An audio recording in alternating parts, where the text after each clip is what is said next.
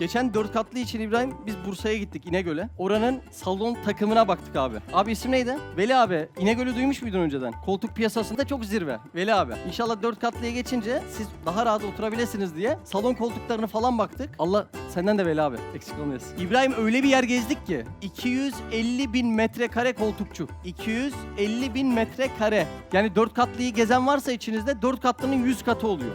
200 gezdik ya, gezmez miyiz ya? Üstad dememiş mi men talebe vecetle vecede? Daldık. Talep ettik, elde ederiz dedi. 250.000 metrekare. Şaka gibi. Hakikaten ya. Halbuki kabrimiz ona göre ne kadar dar değil mi? Hamdolsun Rabbime. Bazen diyorlar inşaat nasıl gidiyorsun 4 katlı falan diye. Diyorum ki valla elhamdülillah yani huzurluyum, mutluyum ama gerçekten çok zor git. Ya böyle hakikaten çok efkarlı geçiyor. 4 katlı olunca oradan oraya geziyorsun, oradan oraya gidiyorsun. İnsan günlük gerçekten de dertleniyor. Böyle kabalık olmazsa şöyle bir cümle söyleyeceğim. Bence dünyayı dünya amacıyla yaşayan biraz ahmak oluyor hakikaten. Şu dünyada böyle hepsi geliyor, geçiyor, eskiyor. Koltuk için bile 250.000 metrekarelik yerler yapıyorlar. Hakikaten dünya için yaşanabilecek gibi bir yer değil. Yani bir ahirete bir amaç ve bir tarla olarak kullanılırsa ne âlâ ne mutlu. Ama öteki cihette hakikaten dünyada mutlu olayım diye yaşanabilecek bir şey değil. Çünkü mutlu etmiyor. Benim bir öğrenci kardeşim vardı burada içinizde. Daha sonradan işe girdi, para kazanmaya başladı. Dedi ki abi fark ettim ki param oldukça borcum da artıyor dedi. Yani o bile huzurlu ve mutlu değil. Daha öncesinde bir abam var atarım nerede olsa yatarım derler ya Turgay abi. O cihette geçiniyordum diyor. Ama iş hayatına girdim. Kod sayımın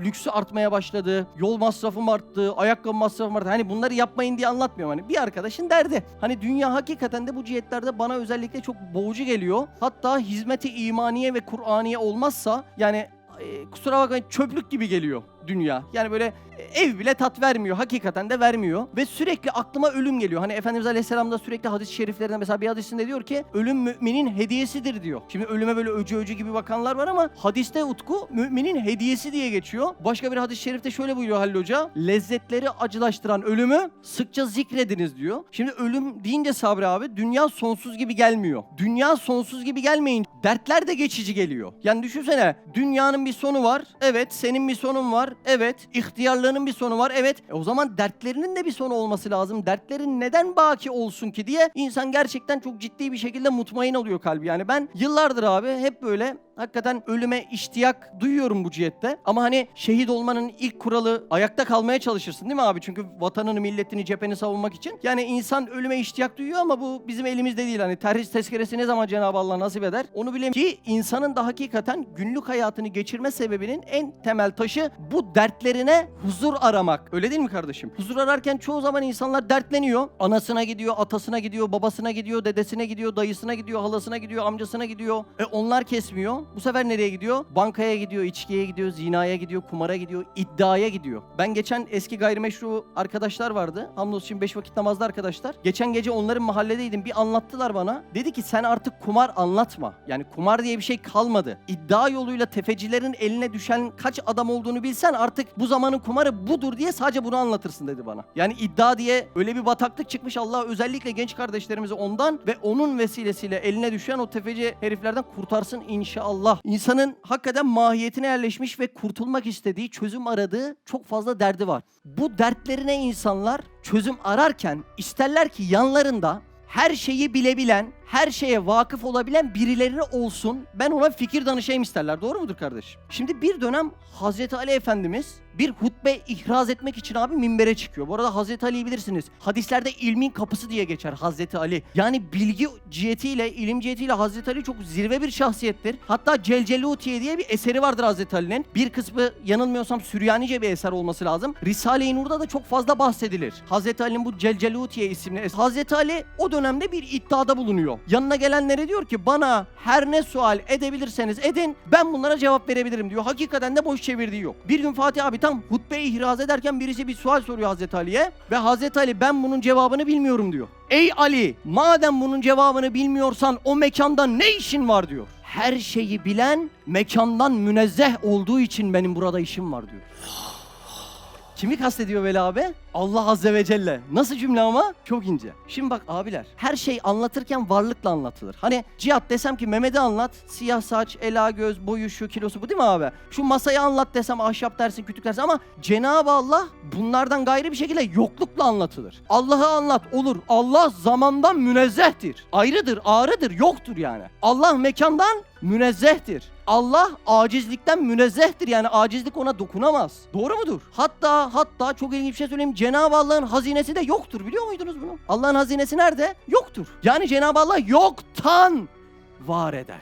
Bugün bir inşaat yapmak istesen demir, beton, çimento topladın. Bunların dizilimi, kuruması, bunun için bir zaman beklemen lazım. Neden Sinan? Çünkü var olan bir şeyle inşaat yapmaya çalışıyorsun. Ama Cenab-ı Allah'ın hazinesi yok olduğundan, yoktan var edebildiğinden tüm fabrikasından çıkarması kafi geliyor Cenab-ı Allah için. Demek ki bugün biz asıl konu şu. Dertlerimizin çözümü kimde? Bunu konuşacağız. Ama bunu konuşmadan önce size müsaadeniz varsa biraz Rabbimizi tanıtmak istiyorum. Şimdi Mülk suresinde bir ayet geçiyor. Mülk 14'te. Ayet şöyle diyor ki Yaradan bilmez mi hiç? Neyi bilmez mi? İçindekini, dışındakini, kalbindekini, aklındakini, ahiretini, kabrini, dünyanı, evvelini, ahirini. Yaradan bilmez mi hiç? O latiftir, habirdir. Habir demek her şeyden haberdar olan demek. Doğru mudur? Ama latif ne demek? Bugünkü ana konumuz tam da burası olacak. Size konuya girmeden önce Risale-i Nur'dan bir paragraf açacağım. Bu arada Veli abi ilk 3-5 dakika biraz anlaşamayabiliriz. Bana 3-5 dakika müsaade edin okurken, konuşurken. Ondan sonra çok basit bir şekilde anlaşacağız. Bediüzzaman Said Nursi şöyle bir cümle söylüyor. İlem eyyüel aziz. İlem ne demek? İlim kökünden düşünün, bilmek demek. Değil mi abi? Eyyüel aziz, ey aziz kardeşim. Bir mümine aziz vasfı çok kullanılır. Aziz galebe edilemeyen demek. Yani bugün müminin en fazla canını alabilirsin. Müminin canını alsan gene şehit oldu, yine galebe edemedin. Doğru mu abi? Galip gelemezsin. Bu yüzden dinle, bil. Ey aziz kardeşim diyor. İlem eyyüel aziz. Maddi olan bir şey. Biz maddi şeylere bugün kesif diyeceğiz. Daha önce duymuş muydunuz? Kesif. Maddi olan bir şey kesafeti ne kadar fazla olursa, yani ne kadar katı olursa o nispette ince ve gizli şeyleri göremez. Ben şu an ruhunu görebilir miyim koyuncu? Göremem. Neden? Maddiliğim çok. Doğru mu? Ve onları idraktan kasırdır, yoksundur, noksandır. Fakat nur ve nurani şeyler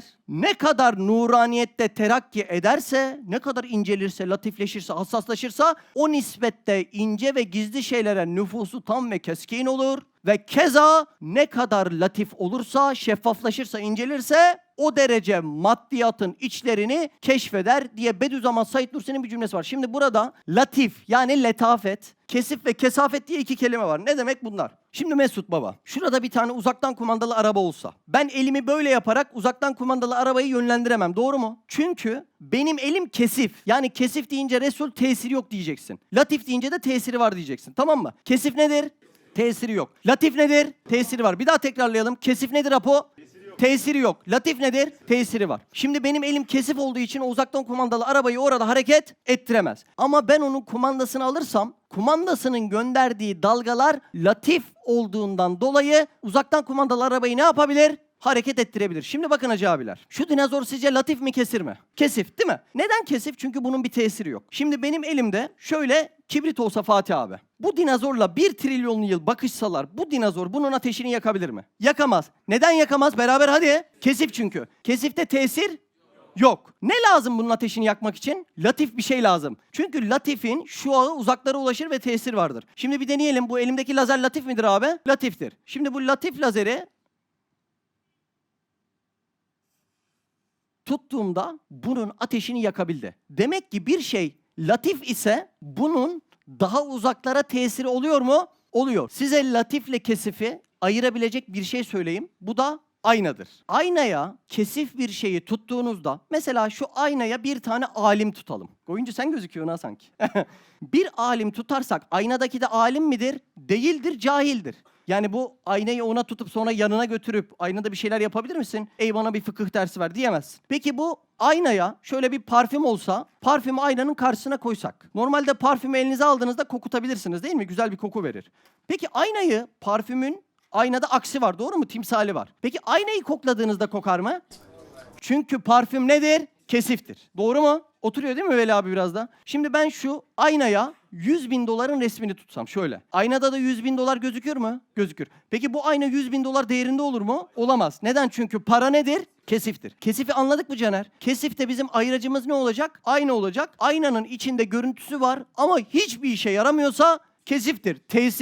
Tesiri yoktur. Şimdi hacı abiler bakın. Bu aynaya mesela güneş ışığını tuttuğunuzu düşünün. Bakın lazeri tuttum ve lazer şu an duvarda geziyor. Bunun bir güneş ışığı olduğunu düşünürsek ben bunu bu aynaya tutarsam güneşten ısı verir değil mi? Peki bu aynayı tuttuğum yerde ısınır mı? Evet ısınır değil mi? Hatta böyle çocukken deney yapardık değil mi? Güneşten tutar kibriti öyle yakardık. Neden ısınıyor? Çünkü güneşin ısı verme şuağı nedir? Latiftir. Latif olduğu için aynadan tesiri var mıdır? Vardır. Hatta dikkat edin bu elektrikli ısıtıcıların arkacı kısmını aynadan yaparlar. Isınınca aynayla odaya yansıyabilsin diye. Doğru mudur? Peki bir güneş olarak yine bu aynaya bu sefer de ışık versek. Ben bu aynayı tuttuğumda bu ışığı yansıtabilir miyim sağa sola? Yansıtabilirim. Hatta kamera sistemlerinin birçoğu Ömer böyle çalışıyordu. Öyle değil mi? İçlerinde ayna var. Görüntüyü birbirlerine timsal olarak aksettiriyorlar. Demek ki güneşteki ışık dediğimiz olay da nedir? Latiftir. Latifle kesif bir cihette oturdu mu? Sıkıntı var mı burada? Sıkıntı yok. Şimdi abiler biraz daha derinleşeceğim. Bana bir 5-10 dakika müsaade edin. Birazdan bu anlattıkların ne işimize yarayacak Mehmet'in cevabını vereceğiz. Tamam baba? Bana biraz müsaade edin. Şimdi Big Bang denen bir olay var. Duymuşsunuzdur. Takriben 14 milyar yıl önce. Doğru mudur? 14 milyar yıl önce Big Bang denen bir olay oluyor. Yani büyük patlama denilen olay oluyor. Bu büyük patlama olayında Seydi abi ortamda sıfır hacim ve sonsuz yoğunluk var. Yani muazzam bir enerji var ortada ama bu enerjinin bir hacmi ve kütlesi var mı? Yok. Şimdi ben size su desem su kesiftir. Doğru mu? Yarım kilo ver deseniz verebilirim. Doğru mu abi? Şimdi az önceki elektrik. Elektrik bir enerji midir? Enerji. Bana deseniz abi oradan bir poşet elektrik ver. Verebilir miyim? Bir hacmi kütlesi var mı elektriğin? Yok. Neden? Çünkü elektrik latif bir enerjidir. Şimdi herkes dikkati iyi versin. Mücahit. Kainatın ilk oluşumunda madde diye hiçbir şey yok abi ortada. Tamamı enerji. Fatih abi. Tamamı enerji. Şimdi bu enerji birden abi sıcaklık düşüyor kainatta ve gitgide yoğuşmaya başlıyor bu enerji. Hani köyde böyle su buharı olur, hava birden soğur, katılaşır değil mi abi? Çiğ olur, böyle arabaların üstünde görürüz. Aynı o şekilde sıcaklık düştükçe abi yoğuşmaya başlıyor. Kuark dediğimiz, gluon dediğimiz parçacıkları oluşturuyor abi. Aradan 380 bin yıl geçiyor İbrahim. İşte bu kuarklar birleşiyor elektronlarla beraber.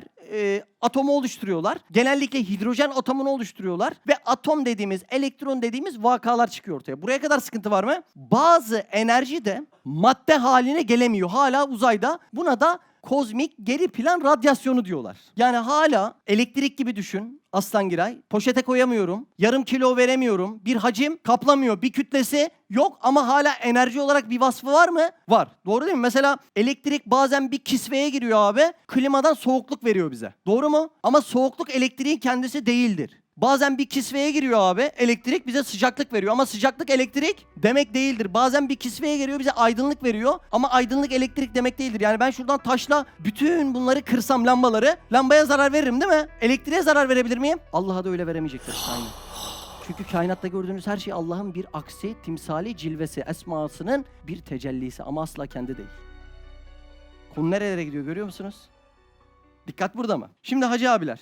Yavaş yavaş konuya girmem lazım. Einstein diye bir abimiz var. Duydunuz mu? Bu arada bir tekrarlamak istiyorum. Kesif ne demekti? Katı. Tesiri? Yok. Latif ne demekti? Şeffaf. Tesiri var mı? Var. Şu dinozora ne demiştik? Kesif demiştik. Şu lazere ne demiştik? Latif. İstediğimiz yere gönderebiliyoruz. Şimdi Einstein diye bir abimiz var abi. Hakikaten izafiyet teorisinde muazzam bir formül buluyor. Formülü E eşittir mc kare. Gözüküyor değil mi oradan? Şimdi bu E dediği şey enerji. Hani az önce elektriği söyledim ya. Poşete koyamadım, kütlesi yok, hacmi yok ama enerjisi var mı abi? Var. E dediğiniz şey aynı öyle bir enerji. M dediğinizde bir kütle. Yani işte Mehmet kaç kilo? İşte 75 kilo. Masa kaç kilo? Şu kadar kilo gibi bir kütlesi, hacmi var. C dediğimizde ışık hızı. Yani formül şunu söylüyor abi. Işık hızı da yanılmıyorsam 300.000. Doğru mu? Eyvallah. Şimdi ışık hızı sabit bir şeydir. Ve Einstein bu denkleme göre diyor ki madem ışık hızı sabittir, bir şey ışık hızını geçebilirse eğer enerji kütleye, kütle de enerjiye dönüşebilir diyor. Yani böyle varsayımsal anlatıyorum. Yanlışlarım varsa kusuruma bakmayın. Mehmet madde değil mi? Kesif. Doğru mu abi? Mehmet ışık hızını geçerse enerjiye dönüşebilir ve bu duvarın arkasından geçebilir diyor. Oturuyorum biraz daha. Başta Mehmet net kütlesi var. Ne halde? Kesif halde. Doğru mu? Işık hızını geçtim Abdullah. Hangi hale döndüm? Enerjiye, yani latif hale döndüm. Latif hale dönünce de zaman ve mekan artık bana tesir edemez oldu. Şimdi biraz devam edeceğim. Bu Einstein'ın teorisinden anladık ki madde, enerji, bunlar birbirine dönüşebiliyor. Var mı buraya kadar sıkıntı?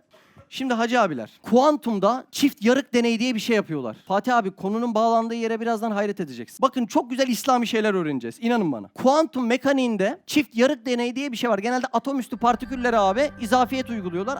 Atom altı partiküllere, bunlara da kuantum mekaniğiyle ölçüyorlar. Şimdi kuantum mekaniğinin ben size hikayesini anlatayım. Öncelikle parçacık dediğim şey kesif şeylerdir. Tamam mı Ömer? Dalga dediğim şeyler de latif şeyler olacak. Şimdi ben buradan, isim neydi kardeşim? Şeref. Buradan bunu sana atsam sadece sana gelir, doğru mu? Çünkü bu parçacık, kesif. Değil mi kardeşim? Peki ışığı vursam herkese gelir mi? Dalga olur. Çünkü bu latiftir. Var mı abi anlaşılmadık bir şey? Parçacıkta tek yere gider. Latif olan dalgada da her yeri kapsar. Çift yarık deneyinde muazzam bir deney yapıyorlar. Şuraya bir duvar koyuyorlar. Herkes görebiliyor mu? Gözüküyor mu oradan? Şimdi abiler, buraya bir duvar koyuyorlar. Bu koydukları duvara önce bir tane yarık açıyorlar abi. Bak, olayın ilginçliğine bak Mahsum. Şurada da yine duvar koyuyorlar. Buraya bir tane yarık açıyorlar. Şimdi Fatih abi, şuradan bir tane tabanca sıkıyorlar. Buradan bir tane yarık varsa karşıda kaç tane iz oluşur? Bir tane oluşur yani. Çünkü bir delik var oradan. Oradan sıkıyorsun. Karşıda aynı yere gider. Yani aynı bölgeye gider. Doğru mu? Tekrar söylüyorum. Kuantum mekaniğinde çift yarık deneyi denen olayı anlatıyorum. Önce duvara bir yarık açıyorlar. Karşıdan silahla sıkıyorlar ve karşıda bir yerde iz oluyor. Sıkıntı var mı buraya kadar? Daha sonra diyorlar ki ben sana 2 yarık açayım diyorlar. Fatih abi, yine tabancayla hem bu yarıktan hem bu yarıktan sıkıyorlar. Bu sefer karşıda 2 tane bant oluşuyor. Normal değil mi Şeref bu da? Çünkü 2 tane yarığımız var. 2 tane bant oluşur. Buraya kadar sıkıntı yok. Aynı deneyi bu sefer suyla yapıyorlar.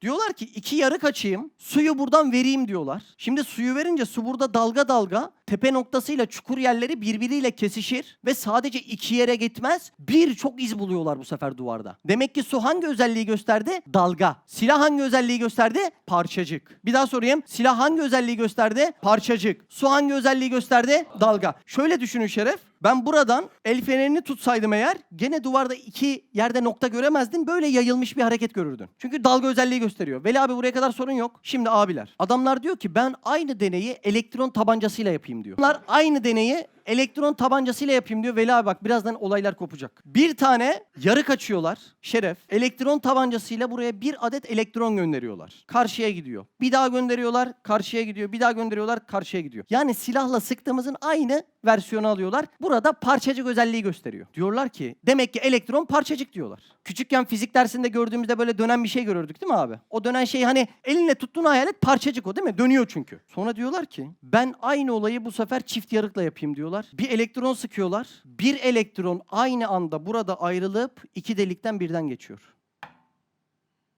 Dalga özelliği göstermeye başlıyor. Az önce elektron kesifken şimdi latif bir özellik gösteriyor Veli abi. Bir elektronu atıyorlar abi. Burada ayrışıyor. 2 delikten geçiyor. Dalga oluşturuyor ve tekrar birleşiyor. Ve adamlar 2 tane çizgi beklerken 2'den fazla bir dizi bant buluyorlar burada. Sıkıntı yok değil mi Yahya? Anlaşılıyor. Yani birinci örnekte Yahya elektron parçacık özelliği gösterdi. Bildiğin kurşun gibi. Ama ikinci örnekte Şeref elektronu bak bir tane atıyor. Bir olan elektron burada aynı anda 2 yerden geçiyor. Cümleye çok dikkat et. Aynı anda 2 yerden geçerek dalga özelliği gösteriyor. Latif bir hale giriyor yani. Diyorlar ki Allah Allah, elektron parçacık değil miydi? Normalde duvarda 2 tane iz bırakması gerekirdi bu elektronun. Diyorlar ki biz şu elektron tabancasının yanına bir ölçme cihazı koyalım. Bu elektron neden böyle dalga özelliği gösterdi diyorlar. Ölçme cihazı konulduğunda sanki elektron bunu anlamış gibi 2 tane yarık özelliği gösteriyor. Tekrardan parçacık haline dönüşüyor. Bak, çok ilginç bir şey anlatıyor. Yani hani çok ilginç, altlarda bulamamışlar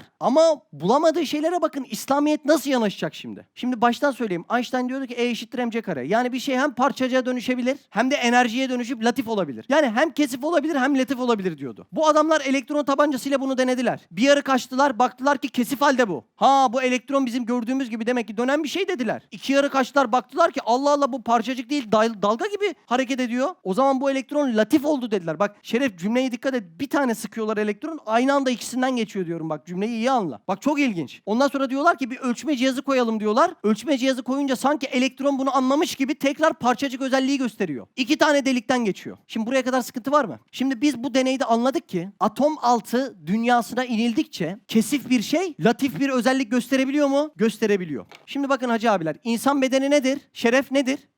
kesiftir. Allah razı olsun. Ruhum nedir Şeref? Latiftir. Mesela rüyadasın abi. Bir bakıyorsun normalde yatakta olman lazım ama ruhun misal alemine gitmiş. Büyümüşsün, küçülmüşsün. Yani ruh için zaman ve mekan mevhumu var mı? Şimdi ben eğer Mehmet olarak, kul olarak, Allah'ın abdi olarak kesif olan bedenimi beslersem, semiz hale getirirsem, imanla beslenmesi lazım olan ruhumu gıdasız, cılız bırakırsam Şeref, ben bildiğim maddeci bir adam olurum. Parayla huzur bulurum, makamla huzur bulurum, insanları aldatmakla huzur bulurum ve ruhum beden hapishanesinde mahkum gibi kalır Şeref. Ama eğer bedenimi cılız bırakırsam, ruhumu daha çok beslersem Bahtiyar, benim ruhum artık bedenime hükmeder ve kesif olan bir Mehmet gitgide latif, letafetli bir özellik gösterir. Aynı az önceki elektron tabancasındaki örneğindeki gibi. Sual: Bursa Ulu Camii'nde Somuncu Baba 3 kapıdan aynı anda nasıl çıktı? El cevap: letafet ile çıktı. Nasıl oldu? Eyvallah. Az önce elektron kesifti. İki yarıktan tek bir elektron aynı anda geçip letafete erdi mi? Erdi. Şimdi İslam'da biz bizim velilerimizin, Evliyaullah'ın bu tür halleri olduğuna iman ediyor muyuz? Cenab-ı Allah bunun nasıl olduğunu da gene fizik aleminde bırakmış. Somuncu Baba gibi zatlar ruhunu bedeninden daha çok beslediğinden dolayı kesif olan bedenleri gitgide latif bir hale vardığından artık fizik kanunları o insanda geçmiyor. Zaman geçmiyor. Mekan geçmiyor. Yer çekimi geçmiyor. Kısıtlamalar geçmiyor ve Bursa Ulu Camii'nde Somuncu Baba fark edildiğinde aynı anda 3 kapıdan birden çıkıyor.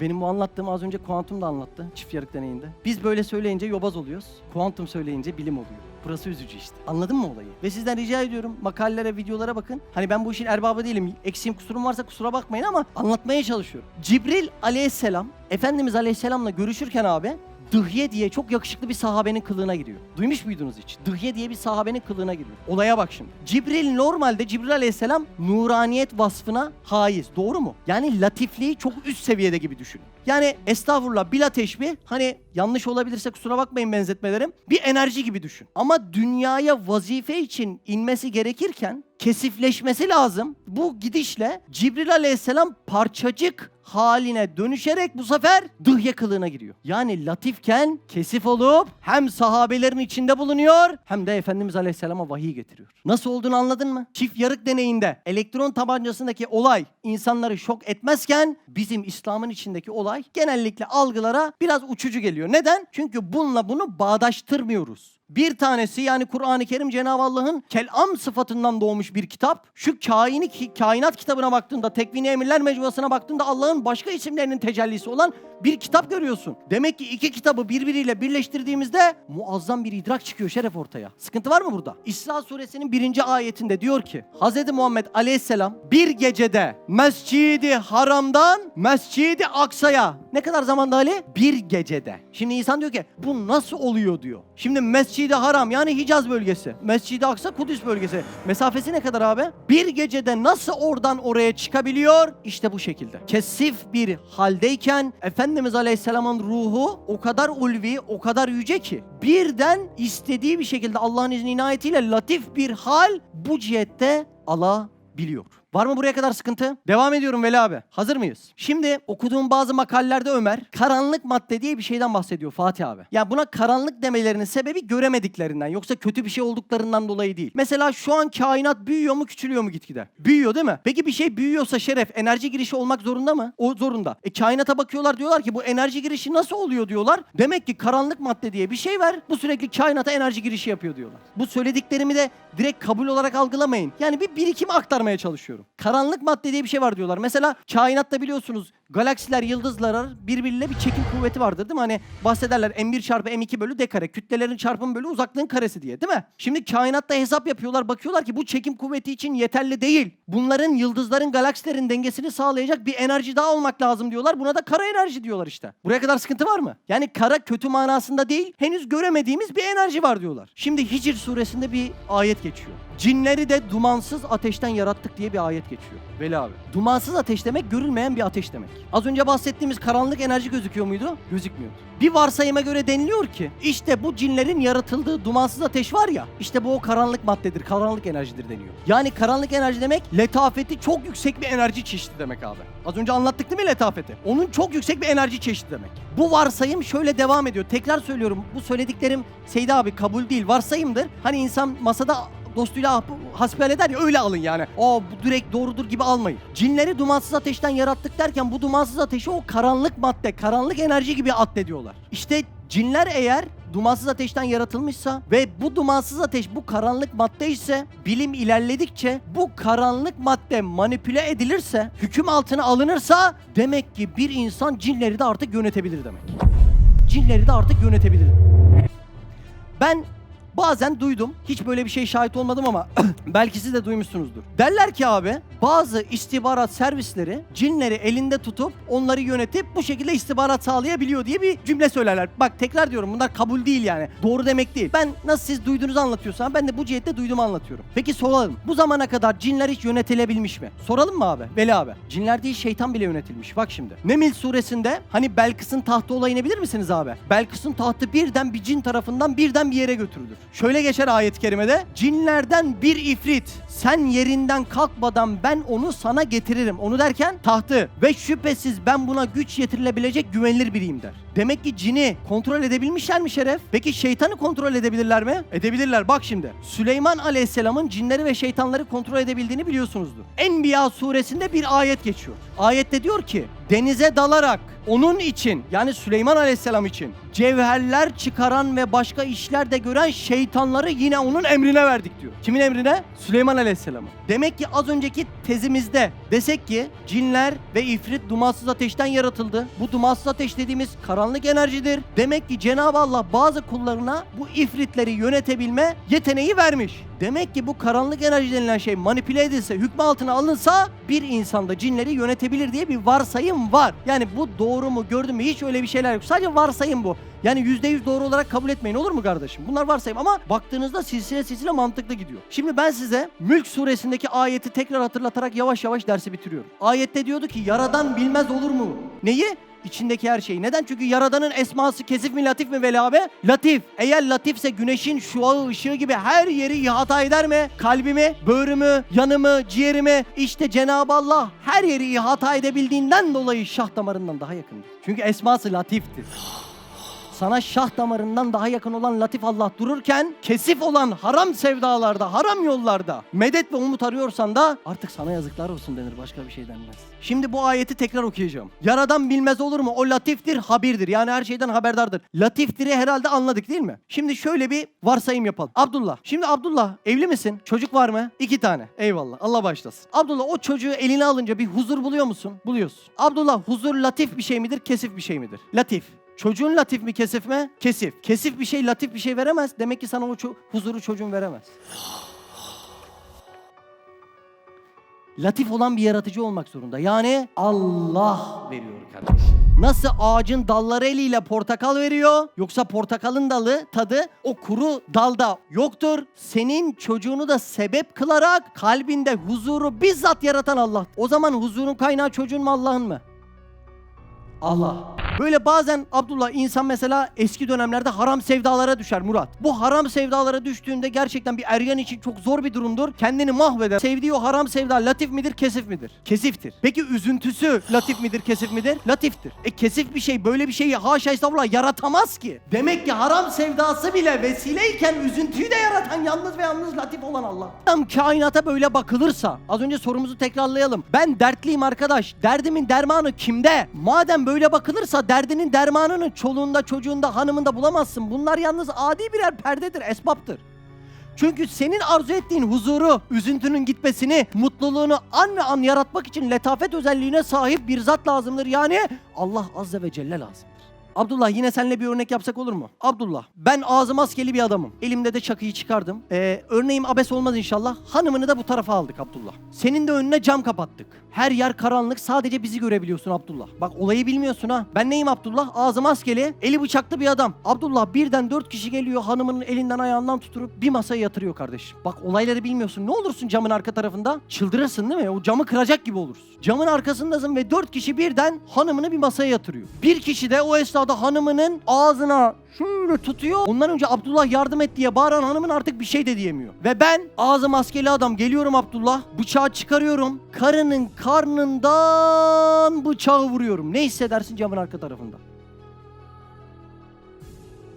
Öldürürsün kendini değil mi? Vura vura. Beni böyle yaşatmayın diye yalvarırsın, doğru mu? Abdullah, birden ışıklar açıldı. Hanımının elini ayağını tutan 4 kişi hemşireymiş. Ağzını tutan anestezi uzmanıymış. Ben de cerrah doktorum. Karında kanser tümörü varmış. Karnını yarıp o kanseri alıp karını kurtaracağım. Şimdi senaryo nasıl oldu? Birincide karımı kesmeyin diye yalvardın, doğru mu? İkincide ışık açıldı. Karın kansermiş. Bu yüzden kesiyormuşum. Doktor bey lütfen karımı kes, sana 10.000 dolar vereceğim der misin demez misin? Dersin değil mi? Demek ki olay nerede burada? Bıçağı yemekte değil. Bıçak kimin elinde? Kainatta başınıza geçen her şey yalnız ve yalnız latif olan Allah'ın elindeyse ve sebepler bir perdeyse neye üzülüyorsunuz arkadaş siz? Allah rızası için El Fatiha.